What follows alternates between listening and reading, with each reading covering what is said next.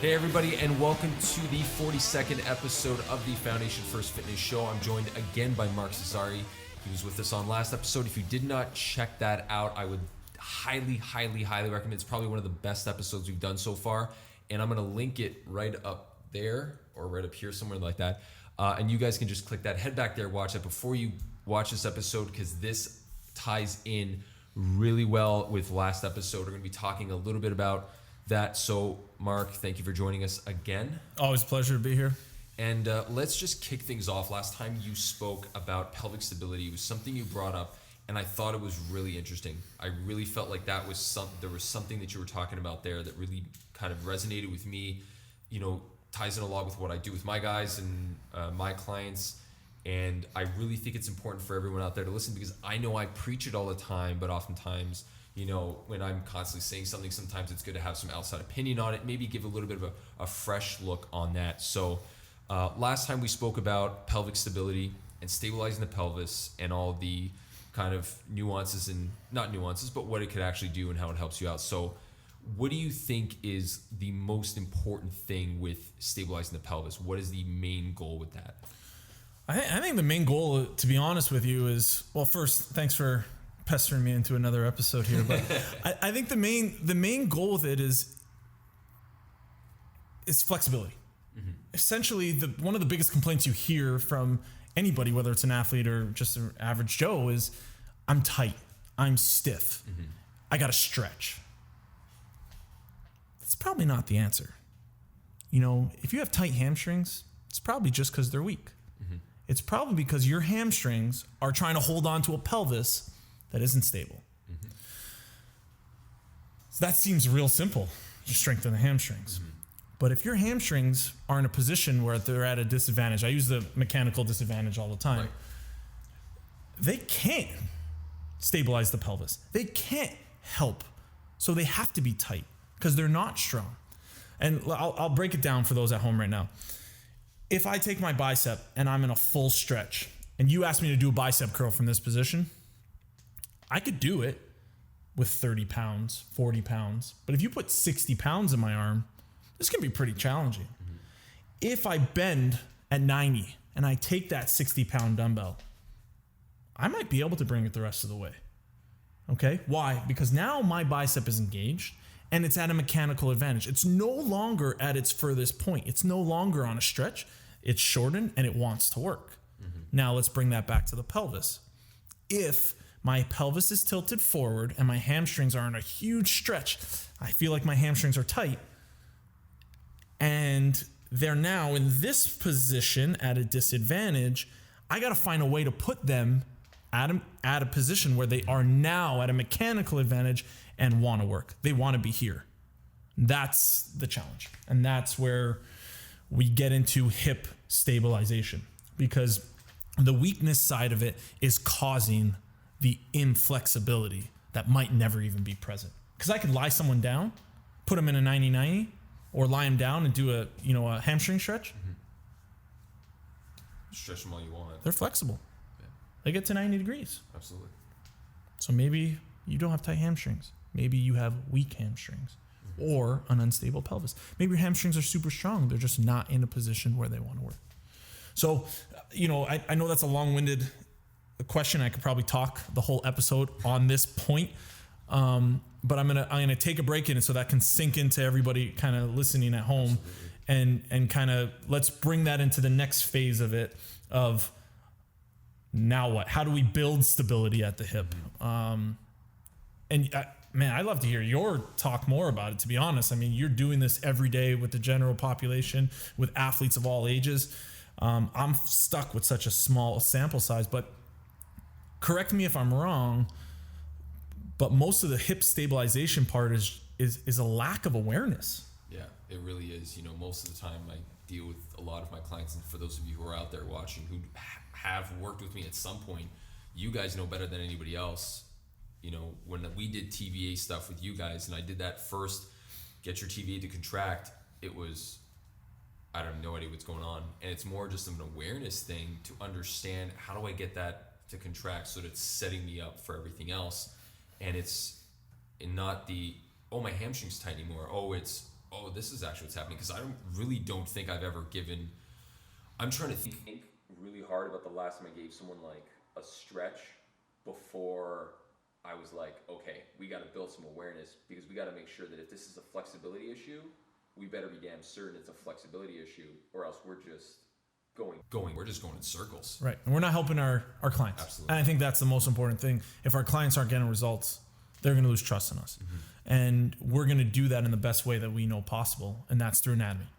We know the anatomy is not going to lie. We know biomechanics is not going to lie. Mm-hmm. Let's build up that foundation and slowly create a pelvis that is going to be stable and therefore mobile, not mobile and therefore stable. We need a stable pelvis in order to create mobility. Okay.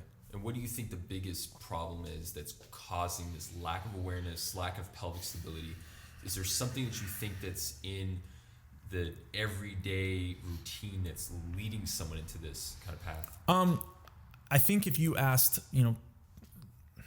any physical therapist, athletic trainer, athletic therapist for that matter, strength conditioning coach, that exact same answer, everybody's going to give you, or that exact same question, everybody's going to say the same answer. So I'm going to give you something completely different. Okay. Their answer would be sitting, society, sitting in a chair, driving, lying in a bed. That's why you have a poor pelvis. And they're right, 100%. But I'm not going to bore you with that, because you can read about that on the internet all over the place. I listen to every single one of my episodes. and they're all right. But for, I've hit it. I've hit it all with my guys. We know that hockey and hips are so closely related and such a big issue. Oh, yeah. And I still do it. But I'm going to say that shoes are the issue. We're going there. We're going there. It's I was trying to see how long I can go with that. You bringing up shoes. I'm bringing it up because this is a new thing for us. I think we're both deep in that rabbit hole now of the shoes and barefoot training. I think it's kind of. And I want to be clear, because I don't train barefoot. Mm-hmm. I don't make my athletes train barefoot. That being said, there's something to be said about shoes and how it affects society. Right? And I always bring up my son when I talk about this. And just earlier today, I was having a conversation why toe spreaders are so important. But if you look at someone's feet, and you look at their toes, and then you look at their, MTP joints, and you look at where their metatarsals are, and you're like, wait a minute, why are my metatarsals this far apart, and then my toes are this far apart? And if you look at that, they're triangulating. It's right everything's triangulating to the middle, just like our shoes. Yeah. Fashion is now everything is pointed, everything is coming in. Oh, yeah. Women in high heels. All right. Everything is coming dead in. And what that's basically doing is it is completely removing our foot from the stabilization pattern, which is a problem, because we do not sit for a living. We walk, or at least we're supposed to walk. So every time we now strike the ground, we're not getting the same stabilization from our foot coming up into the pelvis. Mm-hmm. If you look at knee injuries, if you look at pelvis, and if you look at foot injuries, we can't take the foot for granted, which we have done. I've literally heard stories of doctors telling their clients or their patients to wear shoes in the shower to add stabilization to their foot. Now, if you have something in the foot, and correct me if I'm wrong, all right, and I can't take credit for this because this is a lot of friend of mine, Nick St. Louis, is talking big time about this. Mm-hmm. But if you look at the foot and you have 33 bones in your foot, I don't think that's supposed to be something that is gonna be weak, mm-hmm. right? That is building a structure that we can have a lot of strength. The ligaments that you have in your foot, the muscles that you have in your foot. An arch, we know an arch is supposed to be a strong structure. However, we're breaking it down.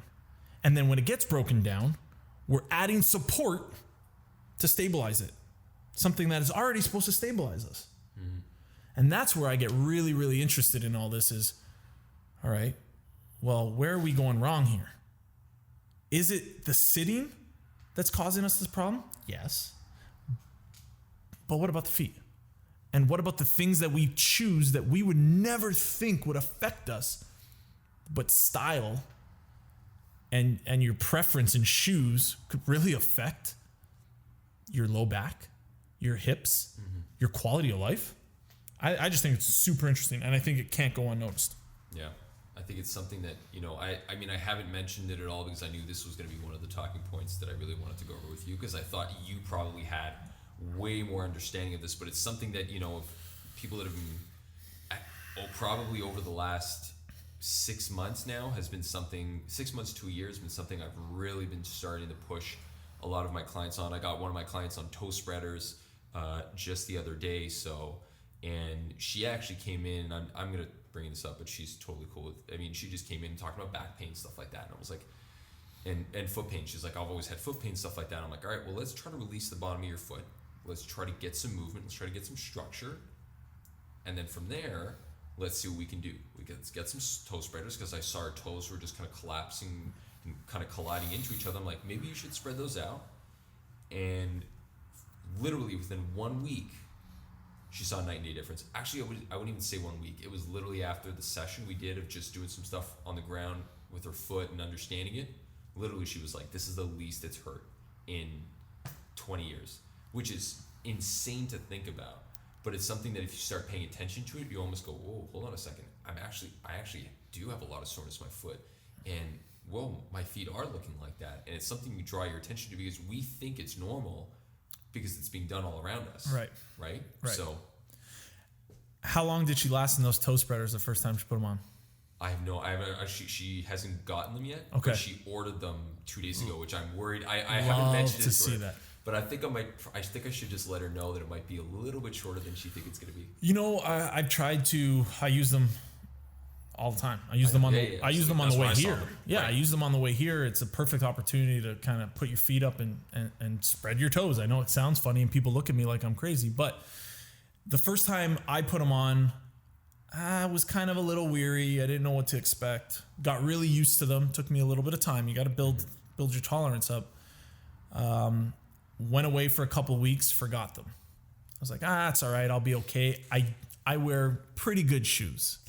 And by good shoes, I mean, they're not too pointy. They're not too slanted. There's not too much of a heel. First time I put them on, when I got back, full cramp. My toe just went, my right foot just went into a full cramp. And I slowly had to build it back up, to where I could sleep. I sleep with them at night, and slowly could build them back up to sleep with them at night. Why do you sleep with them on just the chance that you have to just wear them? Yeah, that's they say that, if the more you wear them, the more they counterbalance the effect of bad shoes. So if you... So it's not like get rid of the shoes, it's like just try to build up your tolerance for them? Well, I think you got to reduce the time. But if you're a woman working in, a very professional setting, you're going to want to wear a fancy shoe, and I can understand that. And we're not asking our clients to totally change their lifestyle or their closet full of shoes for that matter. But you need to be able to take that away and say, all right, I was in them for 3 hours. I got to spread for 3 hours, and just kind of, you just got to be conscious of it. You got to be conscious of it. Right. What do you think someone can do? What are the 3 things you think someone can do to kind of help with that pelvic stability? I mean, I know you're talking about the foot and adjust the foot, but is there 3 things that you would say, maybe including the foot, that you would do? Get a lacrosse ball. That's the first thing I would say. Invest in a lacrosse ball. They're not much of an investment. They're $3-4. Yeah. Get one. Keep it next to your bed at home and roll out that foot. 60 to 90 seconds each side. You're gonna notice a huge difference. Right. I don't know if you've ever put. I know you have, but a lot of people have never actually felt the pain of the musculature under the foot until they do it once. Then they're like, whoa. Yeah. It's crazy. I got my mom on it. She's someone that's dealt with a lot of hip and back pain. And I'm trying to find new ways to stabilize her pelvis because, like most people, my mother doesn't like to listen and do the 3 exercises I give her for every day. Which is hilarious because she literally came to see my sister. My sister was like, all right, we're just going to do whatever Mark said to do. I'm just going to tell you to do it. Yeah. My mom is pretty interesting like that. So essentially what I did, so number 1 is lacrosse ball. Gave her a lacrosse ball, said, hey, I want you to roll your feet and she had really bad plantar fasciitis. Doctor says, let's put an orthotic. I said, no, let's take that orthotic off. No more shoes in the house. And slowly, let's be barefoot when we can be barefoot. All right, so that's number 2. So 1, lacrosse ball. 2, be barefoot when you can be barefoot, as long as it doesn't cause you pain. If you are completely used to wearing shoes in the house, you can't take them off and be barefoot around the house. You're going to suffer the consequences. However, build up your tolerance. I won't wear shoes for 20 minutes every hour. That next day, I still feel pretty good. Let's up that to every half hour per hour, to the point where I'm an hour on, I'm an hour off, until you can literally spend the 8 hours or 9 hours that you are up and around your home without wearing any shoes. Shoes are only supposed to protect our feet from the elements. That's it. You don't need this much cushioning for that. No, you really don't. You really don't. So that's number 2. Number 3, the easiest thing to do at home is go get a 2x4, piece of 2x4, lay it on your floor. I don't care where it is. And I want you to walk back and forth, heel to toe, on that 2x4. It's a lot harder than you actually think. Yeah. Okay, but you're creating hip stability through balance. And it seems like such a simple concept, but dude, I've been doing this a long time. So have you. When have we ever attacked hip stability through the foot? Through the foot. It's a totally different way of looking at it. Right? Like we're always, let's stabilize the hip. Let's stabilize the hip. Let's stabilize the hip. Yeah. And everything else will figure itself out. Right. So, and we had some great success with it, but I've been using this a lot, and I really think that this is going to change the way people look at it. So, lacrosse ball, barefoot when possible, if possible, and some light balance work with a 2x4 just laid across your floor. Yeah. 3 simple things that I think everyone can easily do. There's nothing fancy, and like you said, like there's really not much technique. I mean, you don't need any technique for walking barefoot. Rolling a ball underneath your foot, you don't need technique. Bouncing on a board, I mean, there's no real technique. You just got to do it, right? Yes. There's no like... And you might fall, you're not falling, but you might step off of it, and that's okay. It's part of the process. It is part of the process. Spend 5 minutes going back and forth. If you fall or you step off 15, 20 times, that's okay. This is a daily thing? This is a daily thing. Especially with the barefoot and lacrosse ball, the beam you could do every couple of days. And if I could add a 4th to that, 3rd would be invest in a pair of toe spreaders. And just like being barefoot, take your time, start with a slow amount of time. I've seen people go through full cramps, like myself. I've seen people lose feeling in their toes. I've seen people lose circulation in their toes. It's just a totally different thing. It is a totally different thing that the body is so clueless on that you just have to re-engineer that. And if you look at my son's foot, all right, he's got chunky little feet, but his widest point is his toes. Yeah. And that, I think, is what we're missing. It's funny because you look at a lot of basic anatomy books and they just literally put the foot out and it's literally just toes out wide and everything else comes in narrow right to the heel. And we've never really looked, well, maybe not never, but we've never actually paid attention and gone like, wait, my feet don't look like that.